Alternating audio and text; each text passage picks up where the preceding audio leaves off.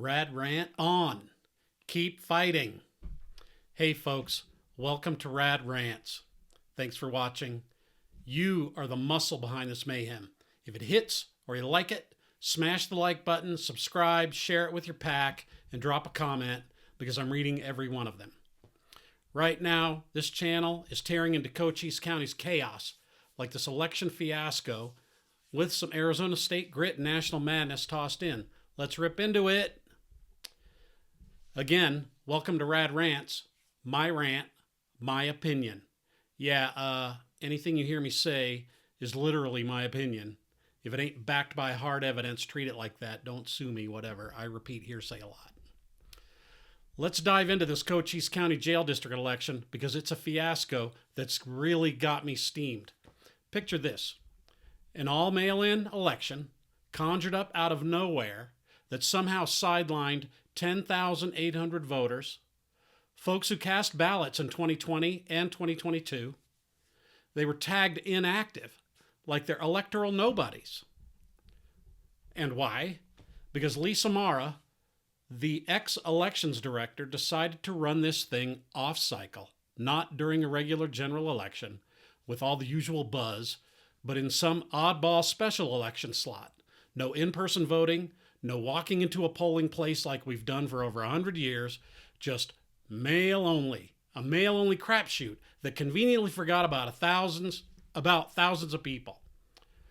Then you've got Peggy Judd, a then county supervisor, letting slip, we can't win a tax election if people can vote in person. Are you serious? That's not just a throwaway line. That's a blazing signal. It's like she's admitting the setup was meant to shove this jail tax through by keeping turnout low and manageable. Maybe it was in reference to the jail district. Maybe it wasn't. If it was in reference to something else, it sure sets a tone, eh?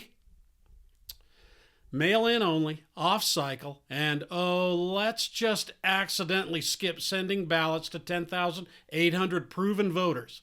Sounds like a slick way to stack the deck, right? If we'd had in-person voting, like always, maybe those 10,800 voices would have buried the puny 750 vote margin that passed this out of 25,032 votes that were cast. But no, Mara went all in on her mail-only scheme, and here we are. So, Lisa Mara, elections director until she split in early 2023, apparently dreamed this up solo. Really? The woman who ran elections for years just decided, screw it, let's ditch tradition and go all mail-in, off-cycle, my rules. It's a lot to buy, but if that's the tale, she's the one who set this disaster in motion. Arizona law under Title 48 allows mail-in elections for special taxing districts like this, sure.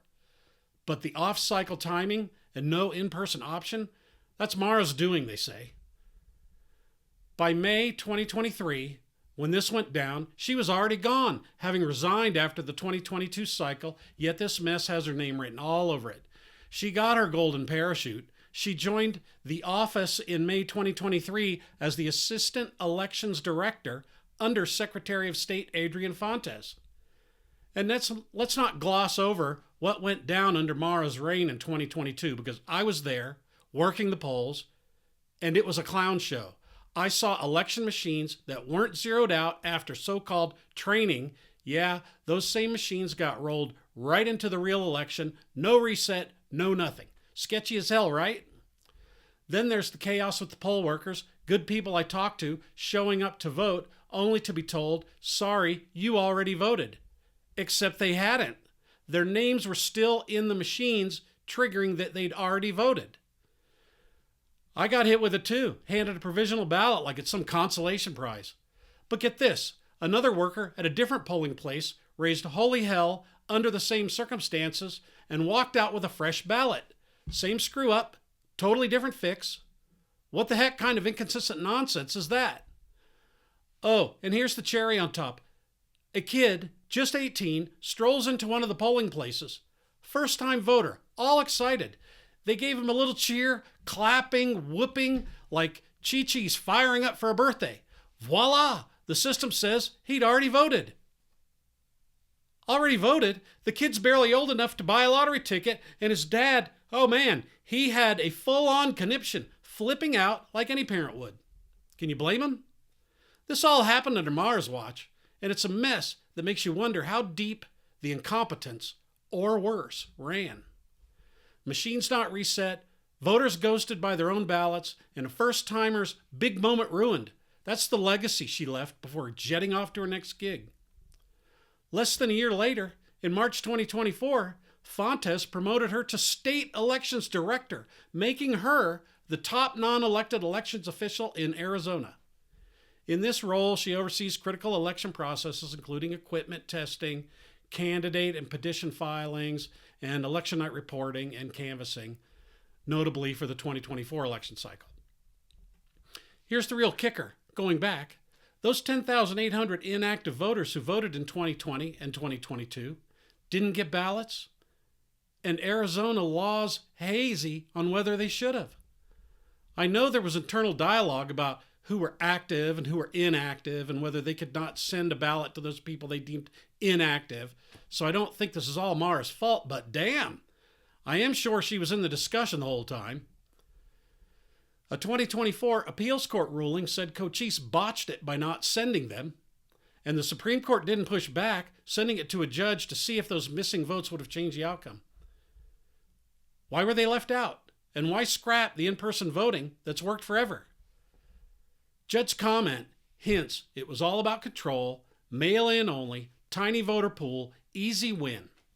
Mara's all mail-in, off-cycle move didn't just ditch thousands of voters. It trashed a century of voting the way we know it. Oh, and the icing on that cake, of the ballots that were sent, 47,000 of them were not returned. Since there's no chain of custody, who the heck knows what happened to them? Were they even delivered at all? Were they returned? Were they used to start a giant chicken ranch fire in Maricopa County? Lots of possibilities here. This wasn't an election. This was a mailroom hustle, and it reeks. Well, that's it for this Rad Rant, folks. If you like the fire, smash that like button, hit the subscribe, share it with your pack, and drop a comment. I want to hear your take. Keep fighting, stay tough out there, and I'll catch you next time with more to chew on.